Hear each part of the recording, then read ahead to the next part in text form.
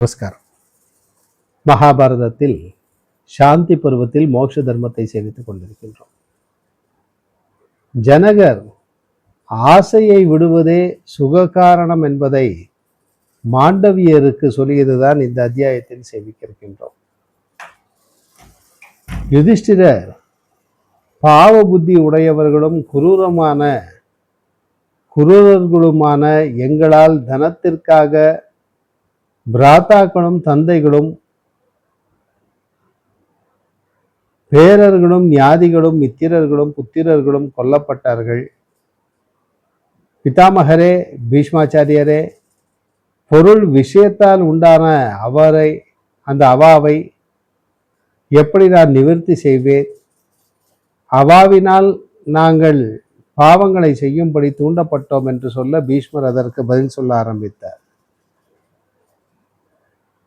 யுதிஷ்டிரா, இந்த விஷயத்திலும் விதேகராஜன் தன்னிடம் கேட்ட மாண்டவியருக்கு சொல்லிய புராதனமான இந்த சரித்திரத்தை சொல்லுகிறார்கள்.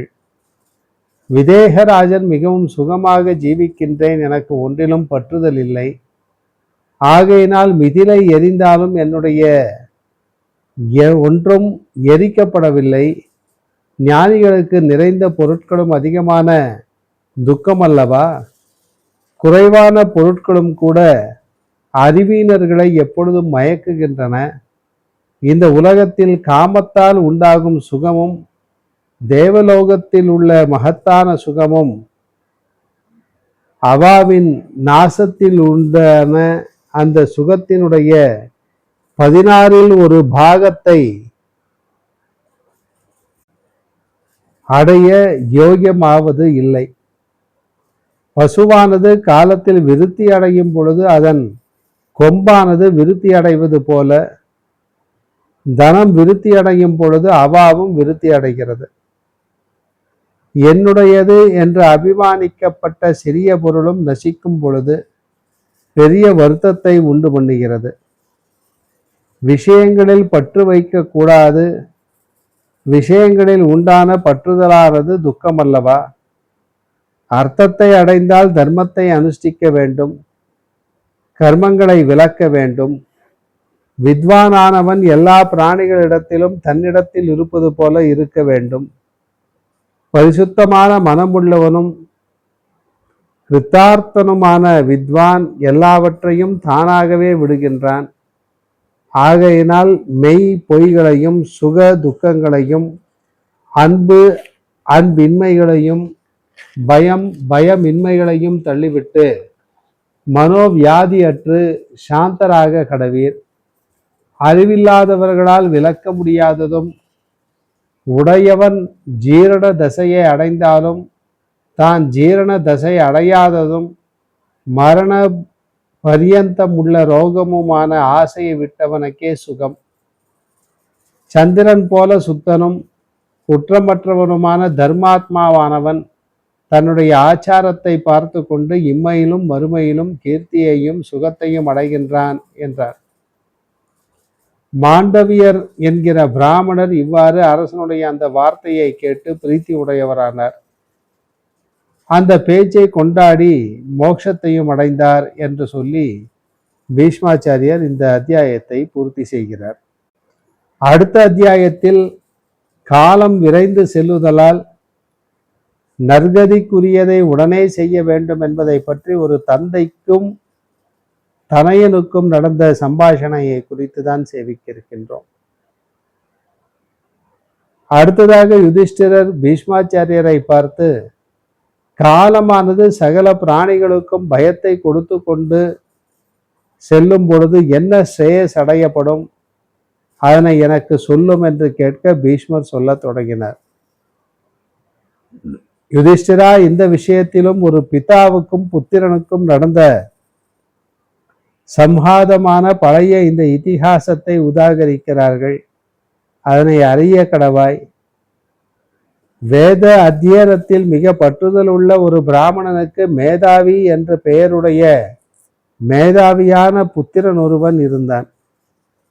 மோட்சத்திற்குரிய தர்மங்களில் சமர்த்தனான அந்த புத்திரன் மோட்ச தர்மங்களில் சாமர்த்தியம் இல்லாதவரும் தம் வேதத்தை ஓதுவதில் பற்றுதல் உடையவருமான பிதாவை பார்த்து, தந்தையே, மானிடர்களுடைய ஆயுள் விரைவாக சென்று விடுவதால் தீரரானவன் எதை நன்கு உணர்ந்து அனுஷ்டிக்க வேண்டும்?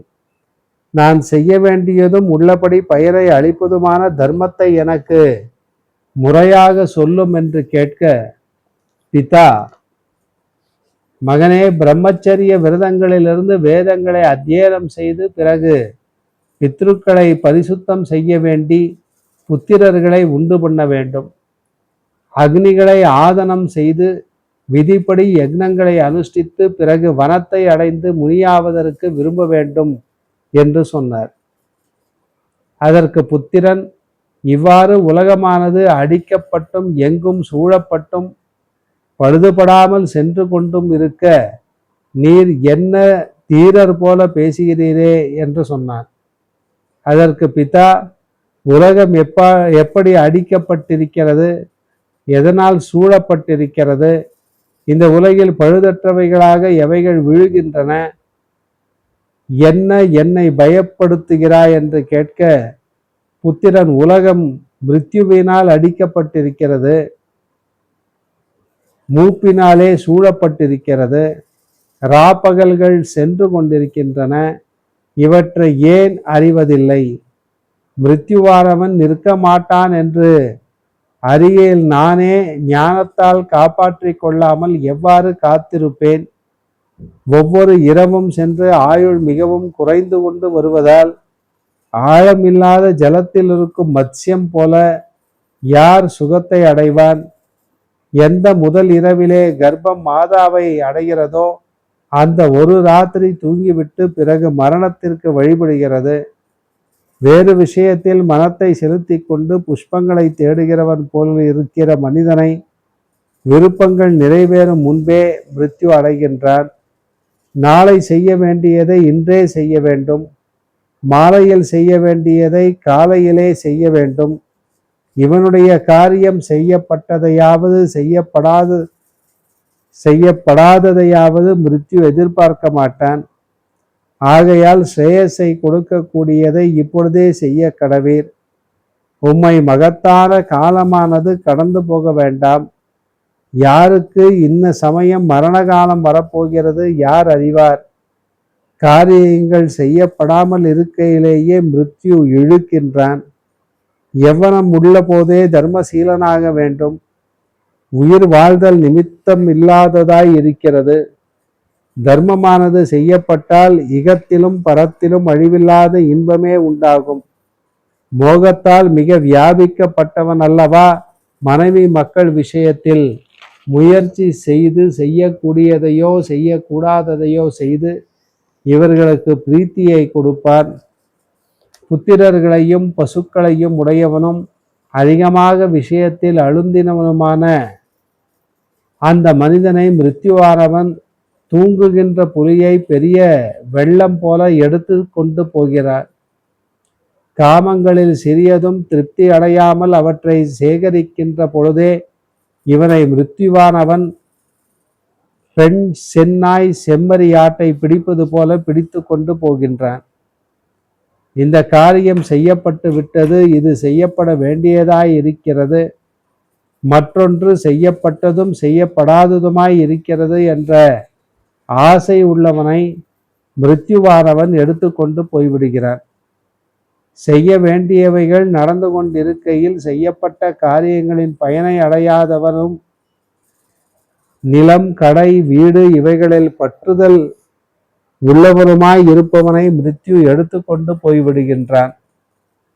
பலமற்றவனையும் பலவானையும் புத்திசாலியையும் சூரனையும் மூடனையும் கவியையும் எல்லா கர்மங்களையும் அர்த்தங்களையும் அடையாமல் இருக்கையிலேயே மிருத்யு எடுத்து கொண்டு போய்விடுகின்றான்.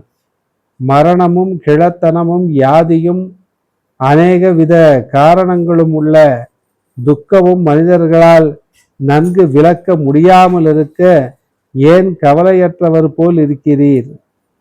பிறந்த உடனேயே தேகியை மிருத்யுவும் ஜரையும் நாசம் பண்ணுவதற்காக அடைகின்றன. ஸ்தாவர ஜங்கமங்களான இந்த பிராணிகள் இரண்டினாலும் தொடரப்படுகின்றன. மிருத்யுவின் சேனை வரும்பொழுது ஒருவனாலும் ஒரு காலம் சத்தியம் ஒன்றில்லாதது பலத்தினால் தடுக்க இயலாது. சத்தியத்தால் அல்லவா அமிர்தமானது நிலை பெற்றிருக்கிறது. கிராமத்தில் இருக்கிறவனுடைய விஷயப்பற்றுதல் என்பது மிருத்யுவின் வீடு, மனம் என்பது தேவர்கள் கூடும் இடம் என்று வேதம் சொல்கிறது. கிராமத்தில் வசிப்பவனுடைய விஷயப்பற்றானது கட்டுகிற பாசமாகும். புண்ணியசாலிகள் இந்த பாசத்தை அறுத்து விட்டு போகிறார்கள். பாவிகள் இதை அறுப்பதில்லை. மனம், மொழி, செய்கையாகிய காரணங்களால் பிராணிகளை ஹிம்சை இல்லாதவன் உயிரையும் பொருளையும் கவரும் பிராணிகளால் கட்டப்படுவது இல்லை.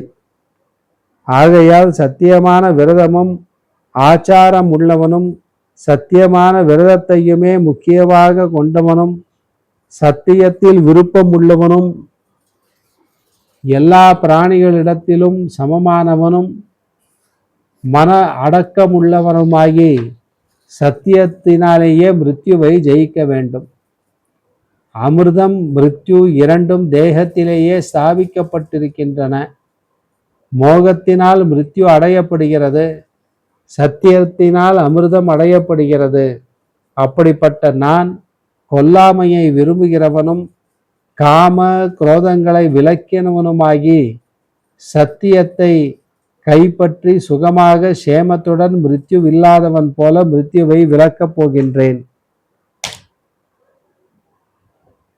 சாந்தியாகிற யக்னத்தில் பற்றுதல் உடையவனும் இந்திரியங்களை வசம் செய்தவனும் பிரம்ம தியானம் உடையவனும் மௌனியும் ஜபம், தியானம், ஸ்நான முதலியவற்றை யக்னமாக உடையவனுமாகி உத்தராயண மார்க்கத்திற்கு உரியவனாவேன். என்னை போன்ற அறிஞன் பிசாசம் போல ஹிம்சைக்கு காரணமும் முடிவுள்ளவையும் சத்திரிய ஜாதிக்குரிய யாகங்களுமான பசு யாகங்களை எப்படி செய்யத்தக்கவனாவான்? ஆத்மாவில் மனத்தை செலுத்தி ஆத்மாவில் நிலை பெற்று பிரஜைகளை அடையாமல் ஆத்ம யக்னமுடையவனாக போகின்றேன். பிரஜையானது என்னை கரையேற்ற மாட்டாது. யாருடைய வாக்கும் மனமும் தவமும் தியாகமும் யோகமும் எப்பொழுதும் நன்கு உறுதிப்படுத்தப்பட்டவைகளாகுமோ அவன் அவைகளால் எல்லாவற்றையும் அடைவான். வித்தைக்கு சமமான நேத்திரம் இல்லை, வித்தைக்கு சமமான பயனும் இல்லை, ஆசைக்கு சமமான துக்கமும் இல்லை, சந்நியாசத்திற்கு சமமான சுகமும் இல்லை. பிராமணனுக்கு தனிமை, சமபுத்தி, சத்தியம், நல்ல சீலம், வாக்கு, மனம், காயம் இவைகளை அடக்கல், கபடமின்மை, சகல காரியங்களில் இருந்தும் ஒழிவு இவைகளுக்கு சமமான தனம் இல்லை.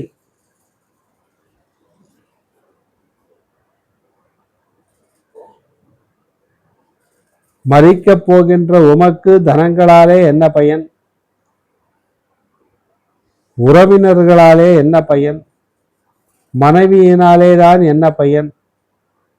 ஹிருதய குகையில் புகுந்திருக்கின்ற ஆத்மாவை தேடும் உம்முடைய பாட்டன்மாரா எங்கே போனார்கள்? உம்முடைய பிதாவும் எங்கே போனார் என்றான். புத்திரனுடைய இவ்விதமான வார்த்தையை கேட்டு தந்தையானவர் அப்படியே செய்தார். அரசர்களுக்கு உதித்த உத்தமனே, நீயும் அப்படியே சத்தியமான தர்மத்தில் பற்றுதல் உள்ளவனாக கடவாய் என்று சொல்லி பீஷ்மாச்சாரியார் இந்த அத்தியாயத்தை பூர்த்தி செய்கிறார். மீண்டும் நாளை சந்திப்போம். நமஸ்காரம்.